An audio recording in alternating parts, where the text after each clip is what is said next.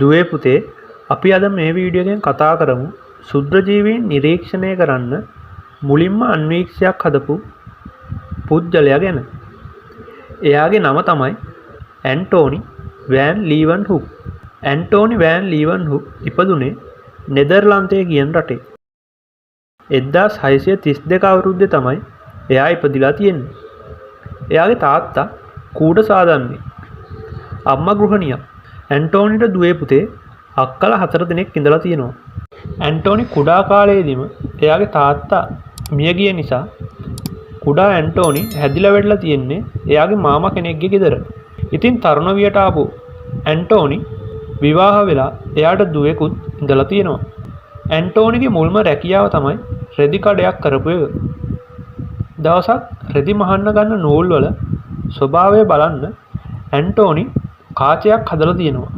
ඒක ටික ටික දියුණු කරලා තමයි අන්වීක්ෂය කියන උපකරණය ඇන්ටෝනි විසින් මුලින්ම හදලා තියෙන්නේ.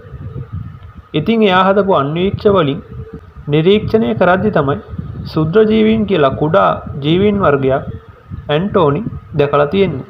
ඉතින් මේ ගැන ලිපි මගින් ඔහු රාජකීය සංගමය දැනුවත් කරලා තියෙනවා. ඊට පස්සේ ඇන්ටෝනිව රාජකීය සංගමයෙන් පිළි අරගෙන තියෙනවා. ඉතින් මේ විදිහට අගනා සොයා ගැනීමක් කරමින් ලෝකයට වටිනා සේවයක් කරලා ඇන්ටෝනි වයස අවුරුදු 90 දී මිය ගිහින් තියෙනවා. ඉතින් දුවේ පුතේ විද්‍යාව සම්බන්ධ මේ වගේ වීඩියෝ බලන්න Science with Timal YouTube channel එක subscribe කරලා තියාගන්න. දුවේ පුතේ ඔයාලට අපේ Zoom class එක එකතු වෙන්න පුළුවන්.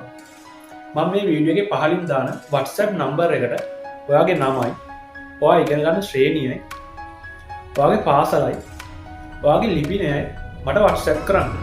Zoom class ගැන විස්තර මම ඔයාලට share කරන්න. විද්‍යාව ගැන මේ විදිහේ වීඩියෝ බලන්න Science with Timal YouTube channel එක subscribe කරගන්න.